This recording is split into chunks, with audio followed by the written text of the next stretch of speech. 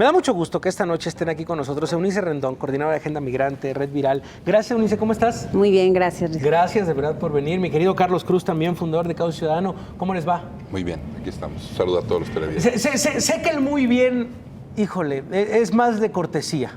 Más de cortesía después de lo movido que han estado y de la situación en la que han estado. Acaban de presentar algo muy interesante, que es la Agenda de Seguridad y Prevención 2018. Eunice, ¿de qué va esta agenda? Pues es una agenda que entre muchas de las organizaciones, tanto de Red Viral como Red Retoño, que estamos a nivel nacional, y eso es muy importante decirlo, no solo son de la Ciudad de México, sino esta es una agenda que se hace con organizaciones de todo el país, organizaciones de jóvenes y de gente que trabaja en temas de prevención del delito, pero con una particularidad, Risco, que es la gente que está en territorio, la gente que está en campo, que está cercana al fenómeno, cercana a las situaciones en diferentes rincones de este país, y nos parecía muy importante, en conjunto y como conocemos el trabajo de estas organizaciones y de nosotros, el poder expresar también en esta coyuntura electoral la importancia de considerar como un tema prioritario la prevención social de la violencia y el delito. No es un tema más de la agenda de seguridad, no. Tiene que ser una de las prioridades. Es lo único que no se ha intentado, es decir, hemos visto esquemas reactivos en los últimos 2 sexenios, casi creció el presupuesto 20 veces en materia de seguridad dura durante este sexenio, y pues los resultados al final son los mismos. Tenemos una inseguridad bastante grave, cerramos el año pasado pues con el mayor número también de homicidios, y realmente no vemos que hay un cambio. Entonces inició Peña este sexenio con un programa nacional, parecía que se iba a construir una política en materia de prevención, sin embargo a los 3 años deciden quitarle el presupuesto, una política en este pues gobierno? Sí, a los 3 años se abandonó. Una política se construye paso a paso y a los 3 años pues se claudicó en este sentido. Lo que ustedes están diciendo entonces, Carlos, es fundamental la prevención. ¿Qué proponen?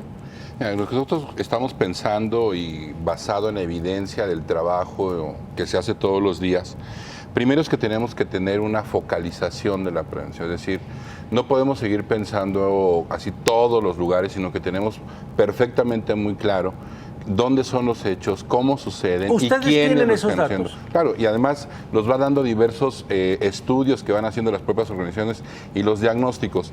Pero además de la focalización, es importante también identificar los 3 niveles de prevención. Es decir, cómo vamos a trabajar con las personas que están en riesgo, aquellos que medio se involucraron, pero también con los que ya se involucraron y también con las personas a quienes les generaron un daño. Es decir, en prevención terciaria tenemos que trabajar con los que ya generaron delitos, pero también con los familiares de las víctimas y con las víctimas. Claro. Entonces, es muy importante en esta coyuntura electoral que pues puedan realmente estar observando. Como un dato nada más, el candidato del Frente coloca un ejemplo de desmantelamiento, el italiano. Ricardo Anaya. Okay. Entonces, cuando él coloca eso, pues habría que decirle que en el ejemplo italiano, como un ejemplo, la ley establece que los delitos electorales son delitos mafiosos. Es decir, regalar tinacos o comprar votos son delitos mafiosos. Okay. Entonces, tendría que hacer una modificación constitucional en diversos planos para poder llegar a ese ámbito. Pero no solamente se trata de eso, sino también de desmantelar las finanzas. Un ejemplo, el programa de prevención en su máximo tuvo 2.400 millones de pesos. Okay. Los huachicoleros producen 21,000 millones de pesos. Si hiciéramos un desmantelamiento financiero como se debería de hacer, podríamos estar obteniendo recursos justamente para trabajar el tema de prevención social del delito y las violencias en el país. Es decir, les estamos poniendo la fórmula completa. No se trata solamente de hacer acciones que además en la mayoría de los casos son acciones que duran 6 meses, sino que tienen que ser acciones que perduren, que duren 2, 3, 4, 5 años. Ese es el nivel de daño que presentan comunidades como Ecatepec, como Iztapalapa, como Ciudad Juárez, como Colima, ¿no? Como La Paz en este instante. Me llama mucho la atención el punto 5 y el 7. El 5 es construcción de paz y justicia transicional, y el 7 es no a la militarización, así de claro. Explícanos el 5 y el 7, Eunice. Pues mira, el 5 justamente tiene que ver también con lo que se ha mencionado. Creo que la amnistía, nosotros estaríamos de acuerdo con una amnistía y ir un poquito a un concepto más amplio, no solo desde la parte o desde la visión jurídica. Es decir, lo que tiene mucho sentido es justamente y considerando la reparación del daño también de las víctimas, dialogar, mediar y trabajar con personas que han cometido delitos porque se han encontrado también en situaciones de vulnerabilidades donde también el crimen se ha aprovechado de ellos y los ha reclutado. Es muy importante hacer, por ejemplo, mediación a nivel comunitario, el poder tener resolución pacífica de conflictos. Sí, cambiar el lenguaje. Sí hay un sentido. Sí, claro. Hay que cambiar el lenguaje, hay que encontrar todas estas metodologías del perdón, por ejemplo. Nosotros lo utilizamos en la cárcel recientemente en Atlachonuaya y realmente cambia mucho la reflexión de la persona. El delincuente tiene que ser perdonado por la víctima sin duda, pero también a su vez tiene que perdonar a muchas gentes que durante su vida hicieron que también tuviera contextos muy complejos y eso cambia según cada persona. Entonces sí nos parece muy importante esta reflexión comunitaria del trabajo en la pacificación de los barrios y lugares de nuestro país. Incluso una metodología muy interesante que trabaja CAUSI, que trabaja también en Ciudad Juárez, por ejemplo, FICOSEC, es cómo reconciliar a partir de interruptores de la violencia, que muchas veces son gente que han estado involucrados, pero que ellos mismos conocen los contextos, conocen los territorios a las personas y con ellos llegar también a acuerdos que hagan que la comunidad esté más pacífica y no solo eso, que hay una reducción de homicidios, por ejemplo, que me parece un resultado y que lo tienen, fabuloso. Sí. Y que lo tienen en acción, me refiero. Claro. Hay una cosa Eso que es muy importante, lo que acaba de decir Eunice, cuando hablamos de toda esta propuesta que lanza Andrés Manuel López Obrador en términos de la amnistía tiene que estar enmarcada en un proceso de justicia transicional. ¿No lo han sabido explicar? Yo creo que no lo han sabido explicar o también viendo cómo lo han presentado en términos de que están pensando consultar a muchos otros especialistas. O sea, nos parece muy importante el proceso de consulta con especialistas, pero desde ahora el debate sí es un debate serio y sí tiene que ser un debate que no solamente compare. Cuando se compara si sucedió en Colombia y no sucedió, es una falta de respeto. O sea, hay que decirlo con claridad. Cuando vas y dices, en Colombia se hizo y no funcionó, es una falta de respeto para las víctimas en Colombia y eso hay que colocarlo en su justa dimensión.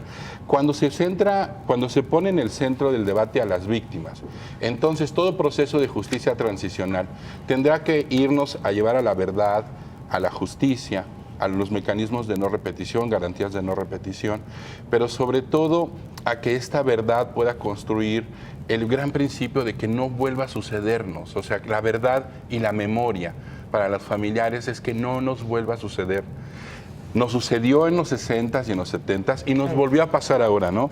Y con relación al número 7 que preguntabas, no a la militarización, nos parece que en diversos espacios de discusión y de diálogo con las Fuerzas Armadas, ellos han planteado muchas veces, queremos regresar a los cuarteles.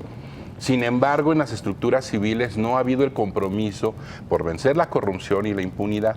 Entonces nos parece importante entrarle por ahí. Y por otro lado, que la seguridad no solamente se trata de que los militares estén en la calle, sino que tengamos policías, que se construyan policías. Había que preguntarle a alguno de los candidatos el desastre que dejó en una de las policías. La policía de Nuevo León se había transformado. Se hizo un ejercicio, una inversión muy fuerte. Se seleccionó a los mejores jóvenes, hombres y mujeres. Y es una policía que se desmanteló. A ver, no politizar la seguridad, focalización, esquemas mixtos de atención, política pública de prevención, construcción de paz y justicia transicional, reinserción sobre castigo, no a la militarización, 7 puntos bastante claros, pero que insisto, yo creo que lo importante aquí es que justamente Red Retoño, Red Viral y Cauce ya lo hicieron. O sea, estos son 7 puntos que funcionan en materia de prevención, que son probados. Creo, Risco, que ahí lo que hace falta es cómo lo subimos una política de Estado. Se han hecho esfuerzos en el pasado, sin duda. Hubo buenas experiencias también del programa de prevención. Ha habido experiencia del trabajo en comunidad. Y lo que hace falta es que esto se vuelva de verdad un tema serio dentro de la estrategia de seguridad pública. Es tan importante ir a los efectos como a las causas que generan estos fenómenos. Y eso es lo que queremos demostrar con esta agenda. Ni todos los policías, ni todos los militares, ni todas las armas nos van a alcanzar para darle seguridad a este país si no vamos de una vez por todas estas causas a brindar alternativas en los contextos y poblaciones que más lo requieren por también las vulnerabilidades en las que están o por donde les tocó simplemente nacer. Sí es muy importante entender que nadie nace delincuente, no es una cosa que sea por generación espontánea. Hay factores de riesgo en la vida, hay contextos que hacen que una persona pueda tener mayor propensión a delinquir o no. Y es muy importante y algo fundamental de la agenda es cómo brindamos a esas esas personas factores de protección que les permitan tener una socialización distinta y que justamente interrumpir la inclusión de jóvenes y niños cada vez más pequeños al crimen y a las filas del crimen organizado en nuestro país. ¿Ese dato lo tienen? ¿A qué edad empieza el crimen organizado a atentar a los niños? Mira, tenemos datos en donde hay niños de alrededor de 9, 10 años trabajando como halcones. Tenemos datos de niños en donde a los 11 o 12 años ya son sicarios. Entonces hay una utilización de los menores, hay una construcción social de la violencia, pero también una construcción de la corrupción y la impunidad en términos de yo sí soy el del poder, yo sí soy el Estado. Y esto me parece que es importante también decirlo, porque lo que estamos planteando con todas estas líneas es la recuperación del Estado. Es decir, cuando planteamos que tenemos que hacer un sistema nacional de desmovilización para adolescentes involucrados en crimen organizado, lo que estamos haciendo es recuperando al Estado.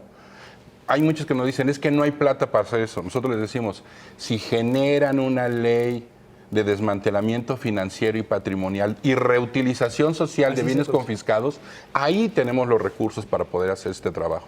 Entonces nos parece muy importante porque estaríamos rescatando a nuestros niños, estaríamos rescatando a nuestros adolescentes y rescatando a nuestros jóvenes. Invertir en ellos es pensar en las nuevas generaciones, es pensar en el futuro del país y desde luego pensar en que podemos construir un país pacífico, un país con justicia y con dignidad. Ahora es el momento entonces y es importante esta presentación hecha de Agenda de Seguridad y Prevención 2018, ¿alguna respuesta de los candidatos, de los equipos? Ya se les hizo llegar estas 3 hojas, las cuales me parece que concentran muy bien la idea de hacia dónde va un proyecto, por supuesto, mucho más choncho, con mucho más trabajado, pero son tres hojas verdaderamente resumen de manera perfecta y clara lo que se busca. ¿Respuestas de los candidatos, Eunice? Pues mira, hemos tenido algunas reuniones y hemos mandado esto a los diferentes equipos, más de Morena, y creo que el Frente sí ha habido al menos una respuesta de buscarnos y ver si podemos hacer alguna reunión. Del resto todavía no hay nada. Pero bueno, sí es muy importante que cualquiera que pretenda gobernar este país, y no solo el país, también a nivel, creo, ahí ciudad el tweet, y a nivel les compartimos la Agenda de Seguridad y Prevención 2018 que trabajamos en conjunto. Este es un llamado a los candidatos presidenciales: Ricardo Anaya, José Antonio Meade, López Obrador, Margarita Zavala, Jaime Rodríguez, a crear un diálogo con la sociedad civil antes del 1 de julio. O sea, eso es lo que se está pidiendo. Sí, lo que tenemos que ver es que no solamente son los delitos, o sea, el nivel de daño está creciendo tanto. Como un ejemplo, si no desmantelamos realmente esto, pues vamos a seguir teniendo casos como los de Jalisco. Si no hacemos urgentemente esto, no vamos a frenar los feminicidios. Los feminicidios están creciendo enormemente. Me dabas un dato brutal, perdón Carlos que te interrumpa, hablábamos fuera del aire.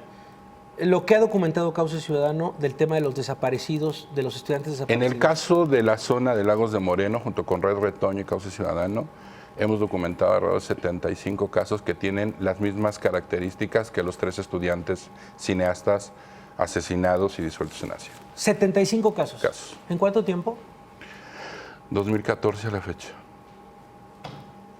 Aunque fuera un caso, vale la pena poner el ojo y vale la pena dejar este profundo clasismo con el cual estamos atendiendo a las víctimas. Y además hay información, parte creo que de los avances que se ha hecho en esta política pública es la generación del ECOPRED, que es la primera encuesta que justo mide estas causas y factores de riesgo en juventudes, ¿no? En 98,000 hogares. Entonces tenemos ahí un diagnóstico muy importante que además fue un ejemplo a nivel internacional, pero que se ha utilizado desgraciadamente para hacer papers y para hacer artículos y no política pública, como era nuestra idea de hacer este esfuerzo con el INEGI. Entonces ahí tenemos también cómo focalizar, cómo dar tiros de precisión en estas políticas y cómo podemos también de manera diferenciada atender en el país esta situación que es urgente.